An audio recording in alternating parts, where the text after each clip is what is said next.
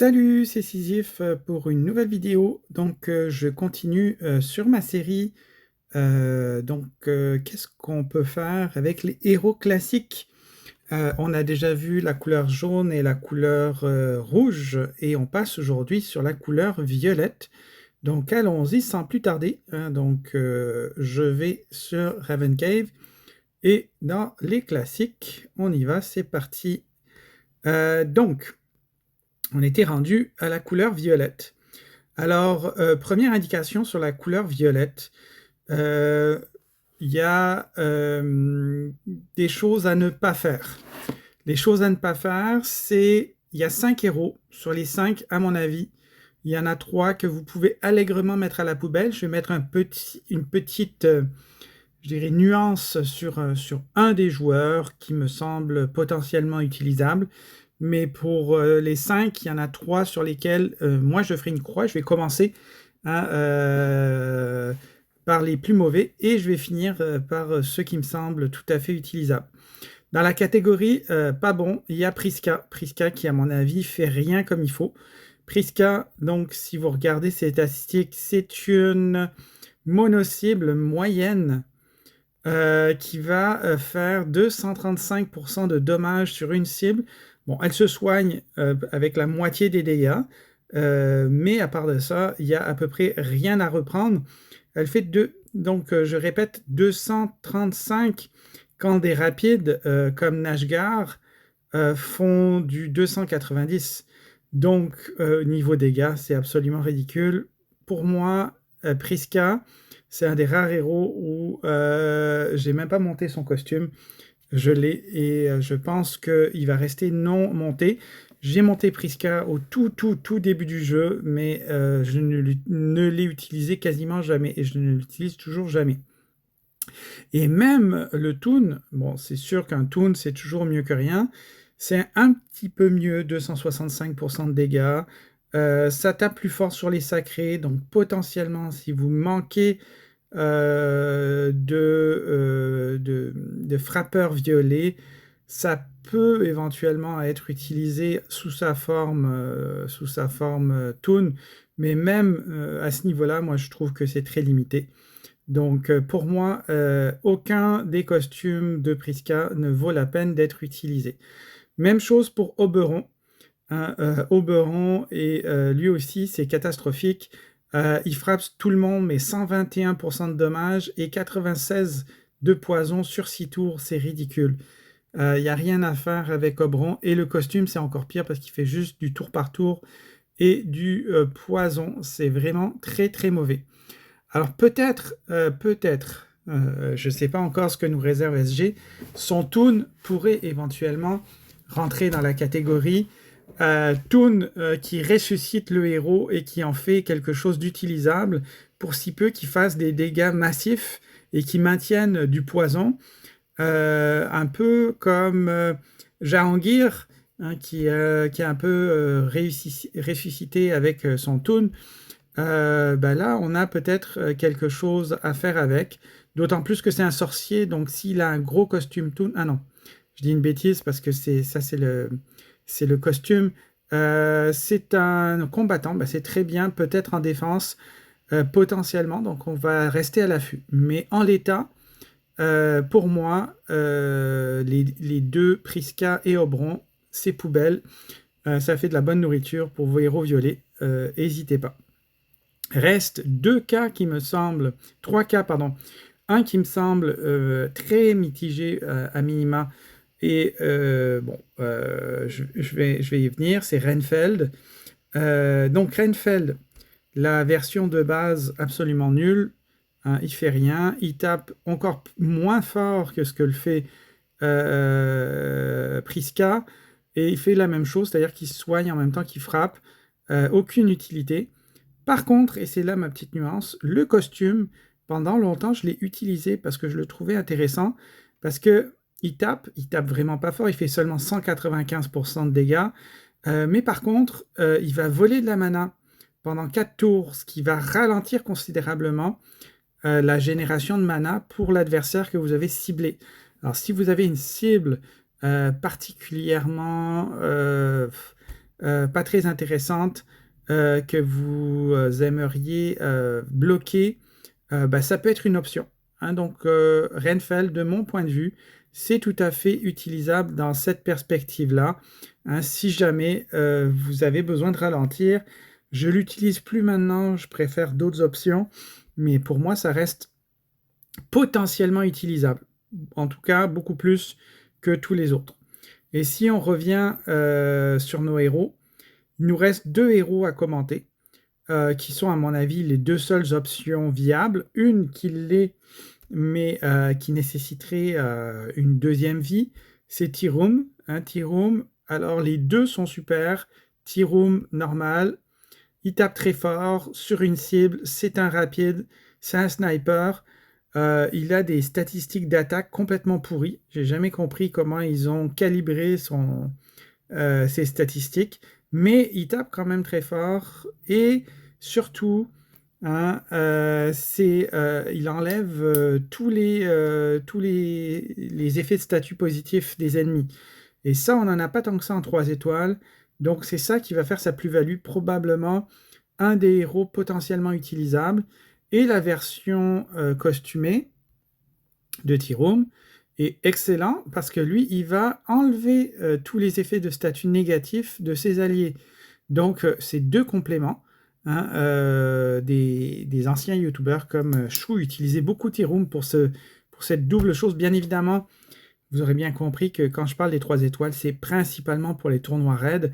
Il est utilisable à peu près dans tous les tournois parce qu'il est rapide et parce qu'il a cette capacité soit à cleanser, soit à dispel, et c'est vraiment super utile d'avoir ça.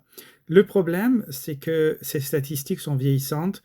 À minima, emblème E20 et LB1, et j'irais même jusqu'à dire que si vous faites des tournois raids à un certain niveau, le LB2 est quasiment obligatoire parce que ces statistiques sont vraiment indigentes. Donc voilà, mais je vous reviendrai peut-être dans une autre vidéo le jour où ça arrive, le jour où il a un costume. Toon, là à mon avis, il redevient un joueur majeur qui va rentrer dans les équipes d'attaque avec beaucoup de succès. Et donc, il me reste un dernier héros, et c'est sur celui-ci que je voulais faire le focus. C'est Balthazar, qui à mon avis est le héros qui ne se démode pas, ou qui se démode le moins parmi tous les héros violets 3 étoiles de la saison 1. Balthazar, version de base, très correcte. Hein, lui aussi, c'est un rapide, il tape très très fort sur une cible, et par contre, lui, il a des statistiques d'attaque un peu plus élevées. Alors oui, les points de vie, c'est la misère, mais c'est quand même très bien. J'imagine que si vous l'utilisez, c'est emblémé et LB1 à minima, là aussi. Donc, la version de base, elle est très bien. Et si vous l'avez, la version Toon, à mon avis, là, on est même dans le excellent. Pour moi, il rentre certainement dans le top des héros violets 3 étoiles, parce que, bien évidemment, il tape très fort, 365. Avec ces statistiques de Toon, ces statistiques vont monter très haut. Emblémé 20, attaque, avec le LB1. À mon avis, il est bien. Puis en plus, il fait des dégâts supplémentaires contre le sacré. Alors moi, dans tous les tournois, il est tout à fait utilisable. Il ne faut pas oublier que les toons, ils évitent 3 fois sur 4 les effets de statut. Pour moi, c'est un must. Et le dernier point sur lequel j'avais oublié d'insister quand j'ai parlé de Balthazar normal, si vous avez juste le normal, c'est aussi utilisable pour une raison, c'est que c'est un magicien. Et le Toon, lui aussi, est un magicien. Donc, si vous l'emblémez 20, automatiquement, il va purifier les effets positifs des ennemis avec les tuiles. C'est très fort. On aime ça, et ça en fait un héros tout à fait jouable, que ce soit dans sa version normale, où là, je dirais quasiment LB2 obligatoire, ou dans sa version Toon, la LB1, c'est jouable. Hein, donc, si vous voulez un petit aperçu, donc voici, dans mon deck, j'ai le Toon que j'ai LB1. Ça va vous donner une idée. On arrive à 663 de puissance, LB1, donc niveau 55 avec 20. On a 735 points d'attaque, c'est quand même très bien. Au niveau de défense, c'est un peu plus léger, mais ça reste quand même très raisonnable. 1000 points de vie, c'est quand même, dans le monde des 3 étoiles, ça reste tout à fait correct. Et si on prend la version de base, ben, on a des statistiques là aussi qui montent assez fort.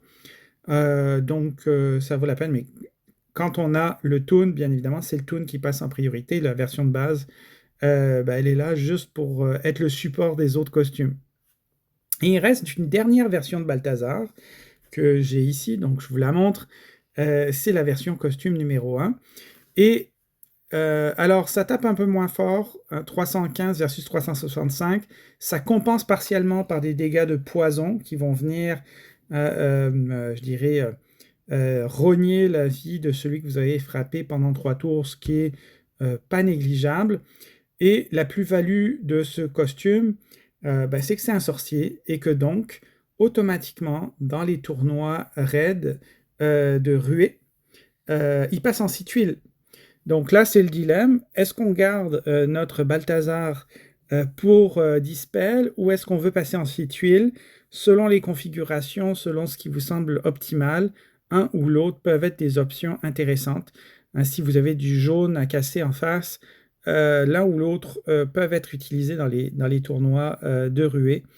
À mon avis, c'est vraiment une question de calcul. À quel moment un va être plus important que l'autre? Est-ce que c'est mieux d'attendre et d'avoir une plus grosse frappe ou de passer en 6 tuiles et de taper tout de suite?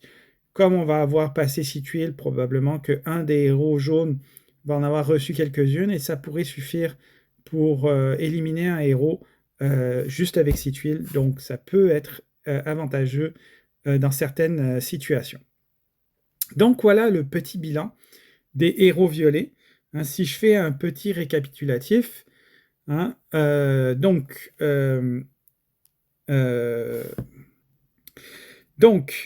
si on prend notre liste de héros, hein, les Prisca, c'est poubelle, les Obrons, c'est poubelle.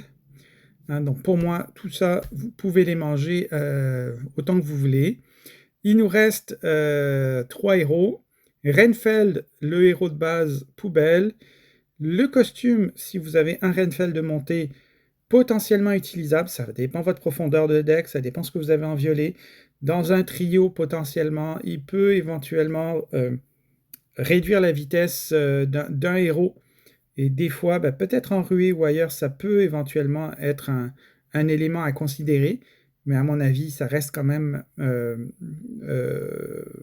difficile parce que c'est un héros moyen. Pour le reste, ça reste moyen. T-Room, version 1 et 2, bon, on est sur une coche au-dessus. Hein, je suis resté dans le jaune parce que les statistiques commencent à vieillir, mais ça reste un héros tout à fait utilisable. Et il nous reste, bien évidemment, notre Balthazar, qui, à mon avis, est l'héros qui se démarque. Toutes les versions de Balthazar sont bonnes. J'ai mis un plus hein, pour le Balthazar Toon, qui, à mon avis, est un top héros dans les 3 étoiles en violet.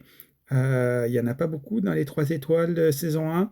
Donc si vous l'avez, à mon avis, c'est une priorité. Moi, je l'ai monté assez rapidement parce que je trouvais que ça faisait une grosse plus-value sur les tournois raids. Voilà, je vous souhaite une excellente journée. À bientôt!